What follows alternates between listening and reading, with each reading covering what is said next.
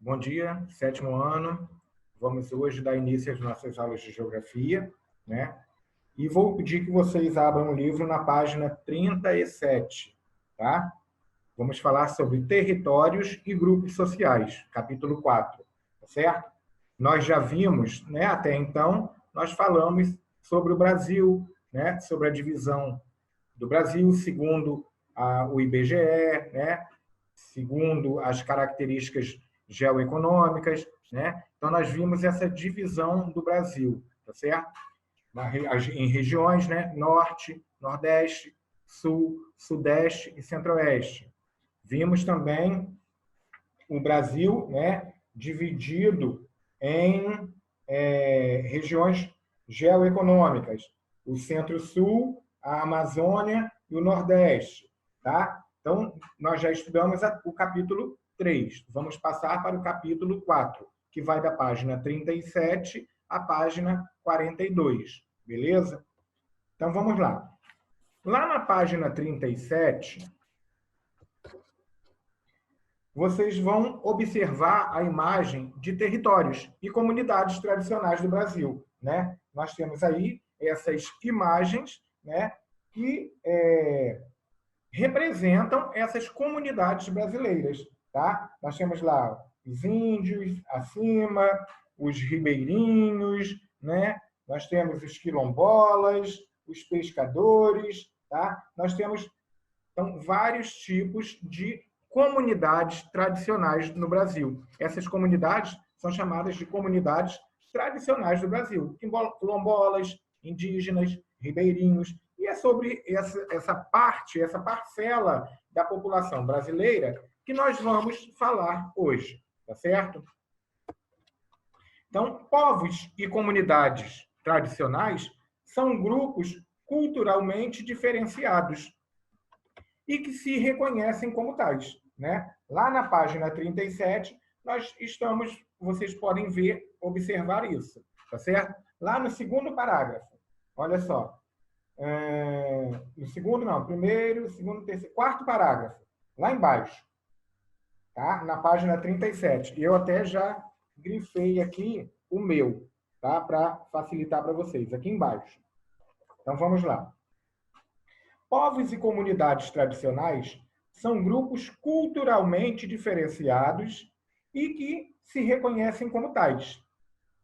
Possuem formas próprias de organização social, ocupam territórios e usam recursos naturais para a reprodução cultural, social, religiosa, ancestral e econômica, recorrendo a conhecimentos e práticas gerados e transmitidos pela tradição. Ou seja, se nós pegarmos uma população indígena, por exemplo, a gente vai ver que eles produzem elementos, né, até objetos, com matéria-prima, né, que é extraída diretamente da natureza. O barro, eles fazem lá os seus como podemos chamar instrumentos, aparelhos, né, para colocar comidas, né? Então a gente tem os indígenas têm pegam vários elementos da natureza para produzir os seus bens, tá certo?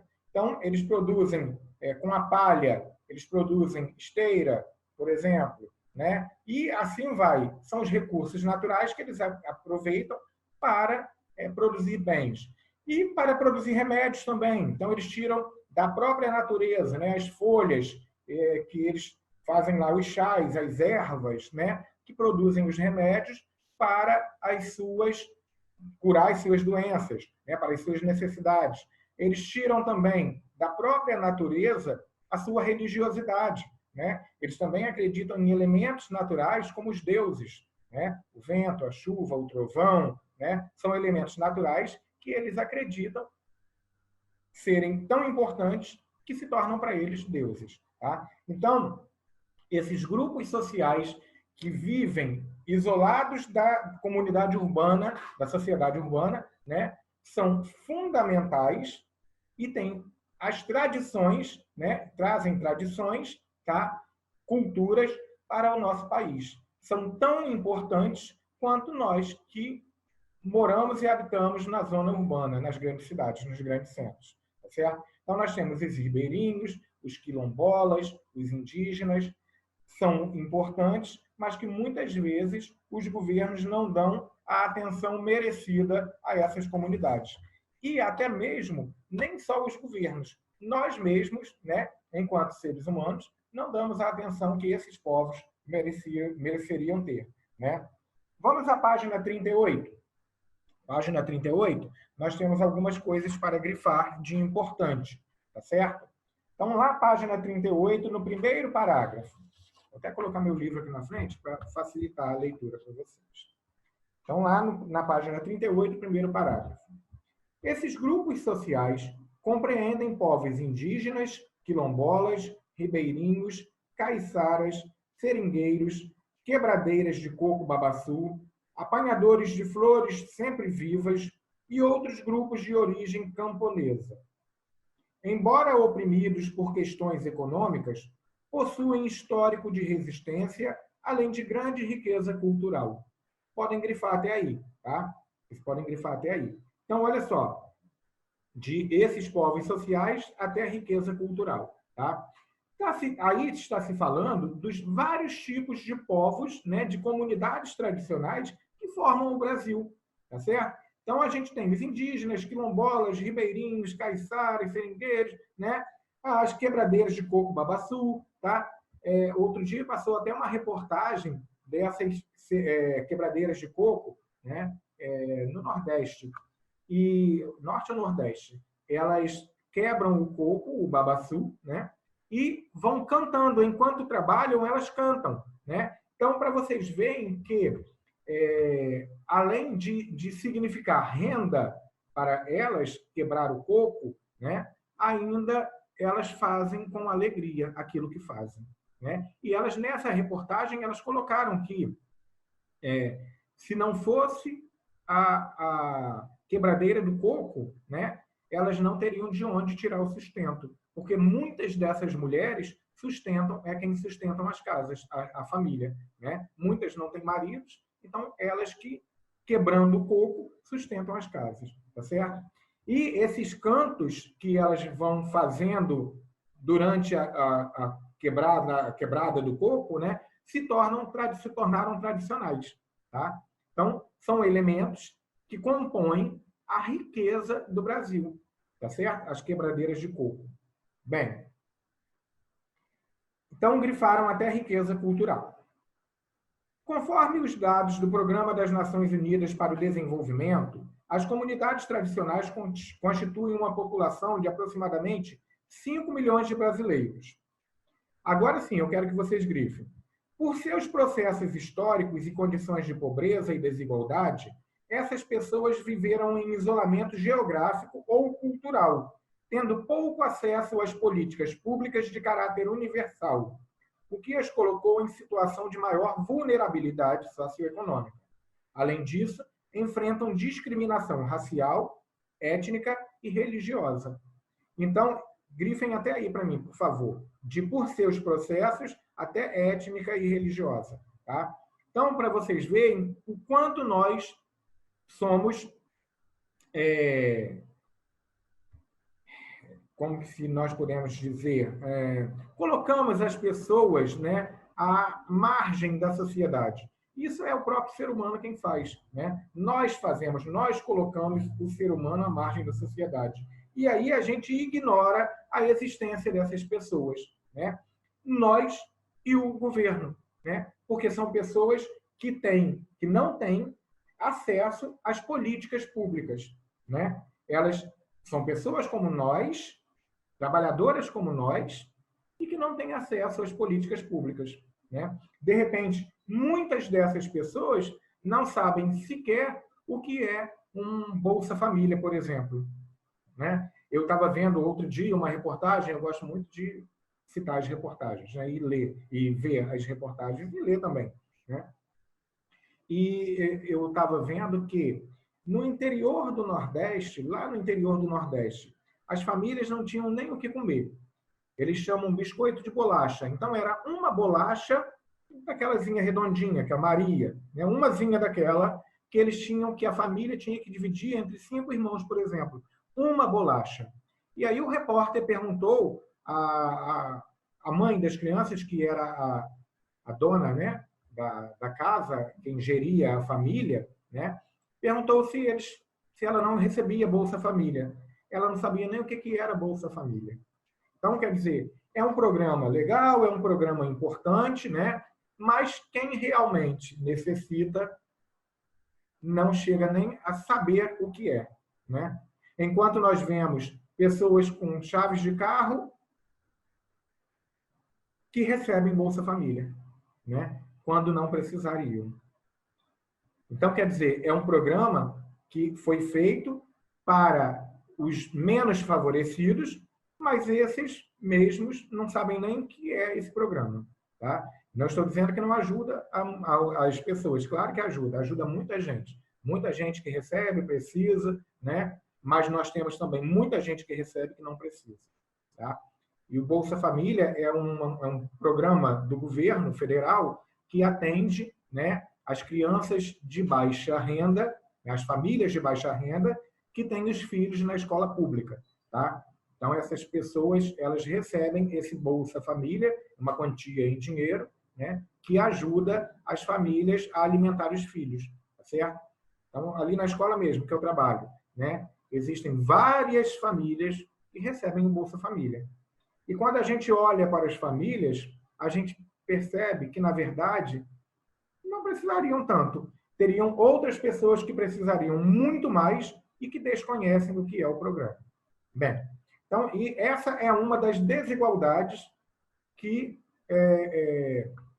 essas pessoas que vivem afastadas, discriminadas, né, pela sociedade, enfrentam. Tá certo? Vamos lá, continuando aqui. Atualmente, diante da expansão das atividades agropecuárias voltadas à exportação e da mineração, além da implementação de unidades de conservação, povos e comunidades tradicionais brasileiras vêm lutando para preservar seus modos de vida e garantir o direito de uso ancestral de seus territórios. Entre os principais direitos sociais devidos às populações tradicionais estão, agora eu quero que vocês grifem. Então, olha, entre os principais direitos sociais devidos às populações tradicionais, quais são esses direitos? Reconhecimento dos territórios tradicionais ocupados e a posse da terra. Livre uso de recursos da natureza, como água e os demais componentes da biodiversidade silvestre e cultivada. Reconhecimento das técnicas sociais e formas de manejo do território e da biodiversidade nele disponível, principalmente pela legislação ambiental. Preservação das tradições culturais, incluindo a proteção do conhecimento tradicional. Valorização por meio da educação diferenciada das diferentes formas de ser e fazer.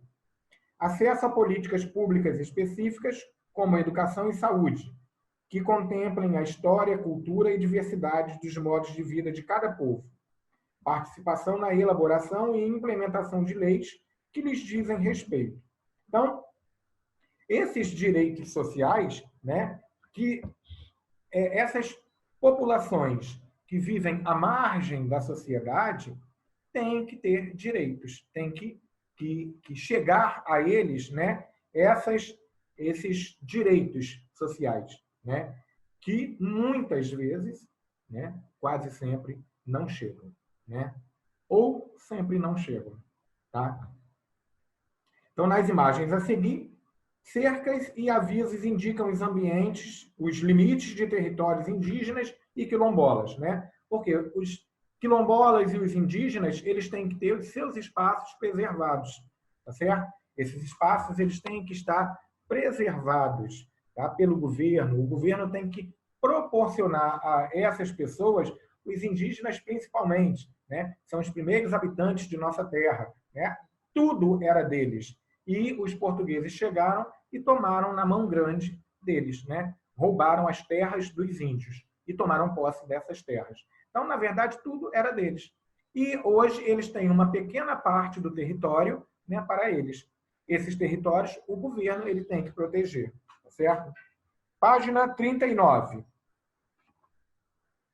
Na página 39, nós vamos falar sobre as terras indígenas.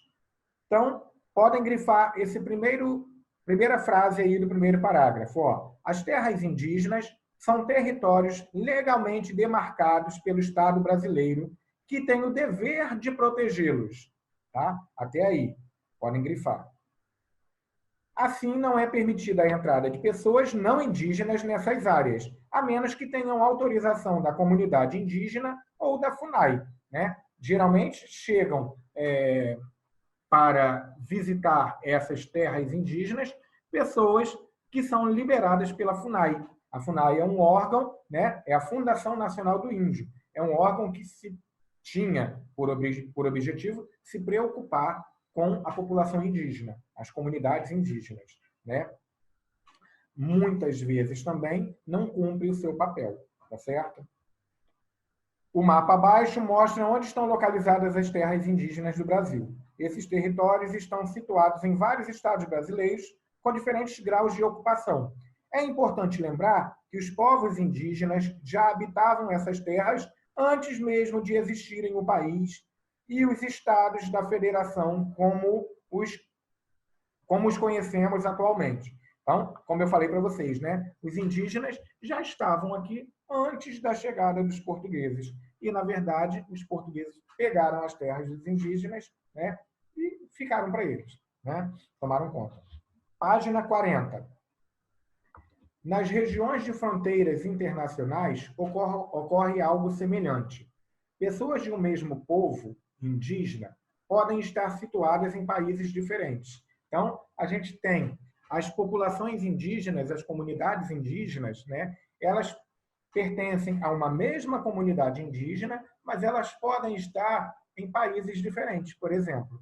Tá? Então, a gente vai ver aqui, ó, os guaranis. Podem grifar isso aqui. Ó. Os guaranis, por exemplo, vivem em 5 países sul-americanos. Brasil, Bolívia, Paraguai, Uruguai e Argentina.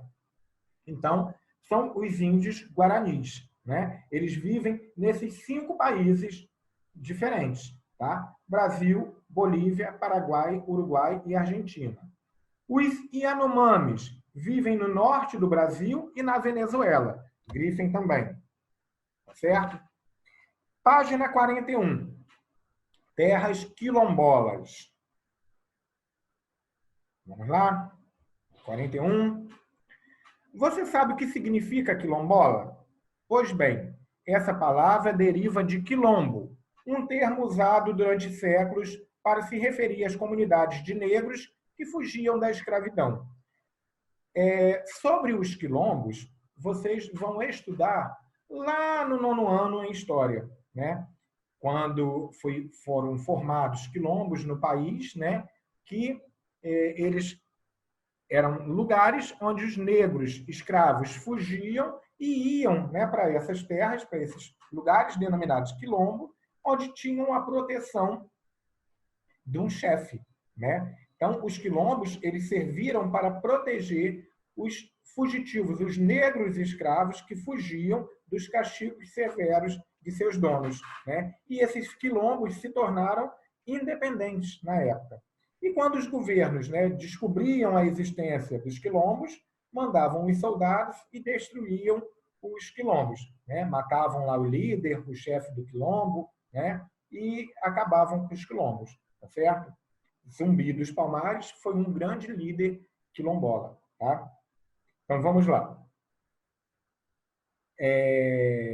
Podem grifar para mim, nesse primeiro parágrafo, essa parte aí, para se referir às comunidades de negro que fugiam da escravidão. Isso, então, é quilombo. Tá? Comunidades de negros que fugiam da escravidão. As palavras quilombo e mocambo, ambas de origem banto, e que se referem a acampamentos e aldeias, foram usadas para denominar essas comunidades. Hoje não existem mais escravizados, mas os quilombolas, aqueles que pertencem às comunidades remanescentes de quilombos, continuam lutando pelo direito à terra e pela preservação de sua cultura.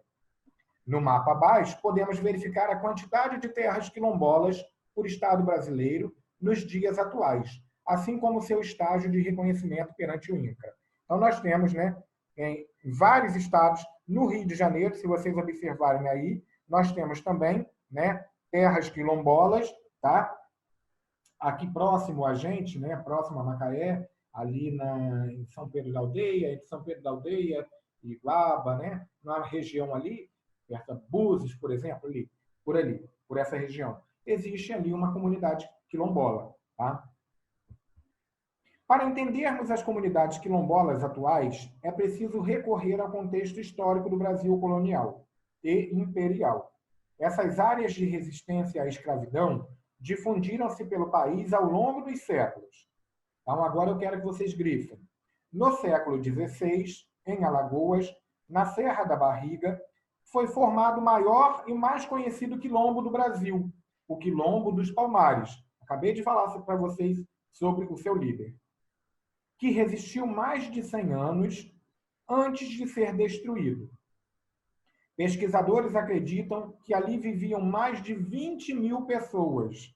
Seus grandes líderes, Gangazumba e Zumbi dos Palmares, lutaram para manter o território que demarcaram, para viver em liberdade e também para garantir a autonomia de seus companheiros quilombolas. Então, olha só, esse Quilombo dos Palmares, né, teve como os líderes Zumbi dos Palmares e Gangazumba, né? E vocês viram aqui que esses quilombos serviam para guardar os escravos que conseguiam fugir dos seus senhores, dos seus donos, né? Eles eram, então, comunidades independentes, lideradas por Gangazumba e Zumbi dos Palmares, tá?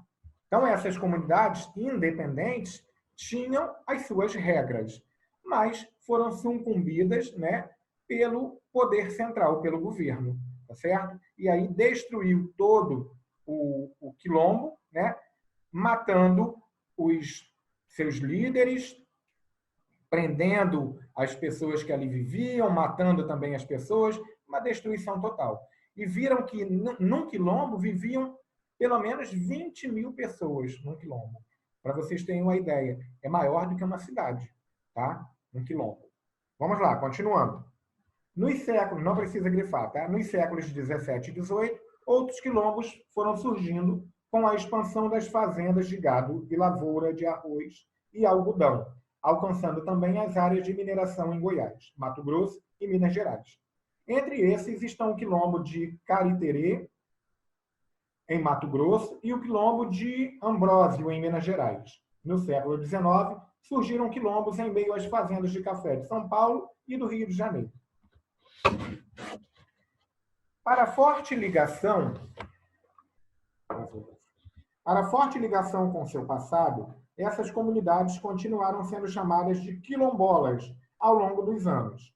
As tradições de seus antepassados foram transmitidas de pai para filho, e o grupo também adotou e criou novos costumes. Então, aí acima, nós temos, né, gravuras, né, de quilombos espalhados no Brasil, né? Nós temos ali, ó, a raizeira da comunidade Calunga, Divão de Almas, Cavalcante, Goiás, extração da carne de caranguejo no quilombo de São Francisco de Paraguaçu, em Cachoeira, Bahia, moradia de pau a pique no quilombo Cangume, Itaoca, em São Paulo, casa de madeira no quilombo de Curiaú, em Macapá. Então, são as várias atividades, né, e formas que esse povo tem de viver, tá? Grifem para mim aí esse último parágrafo da página 42. A Constituição de 1988 garante aos quilombolas o direito de herdar as terras ocupadas por seus antepassados, assim como o reconhecimento de sua cultura como patrimônio cultural da nação. O reconhecimento da propriedade definitiva e a regulamentação ou regularização fundiária dessas comunidades são atribuições do Estado brasileiro, que deve emitir os respectivos títulos a fim de garantir a propriedade coletiva dessas comunidades. Então, cabe ao Estado, né, Estado brasileiro, ao governo federal, né? Quando a gente fala em Estado, a gente fala em governo federal. Cabe ao governo federal garantir essas terras aos quilombolas, assim como garantir as terras aos indígenas, aos ribeirinhos, né? Que muito contribuíram para a formação do nosso país. Quando o texto fala aqui da Constituição Brasileira de 1988, eu já expliquei para vocês o que é a Constituição, né? Quando nós falamos lá na formação dos territórios, né? Do território. A Constituição é a nossa Carta Magna, né? É onde constam os nossos direitos e os nossos deveres, né? Onde diz o que nós podemos e não podemos fazer, tá certo? Nossa Constituição ela foi reformada pela última vez em 1988, tá? Então, é um conjunto de leis, a Constituição é um conjunto de leis que garante os nossos direitos e os nossos deveres. Como é que nós sabemos que, já expliquei exatamente isso para vocês, né? Como é que nós sabemos que roubar é crime?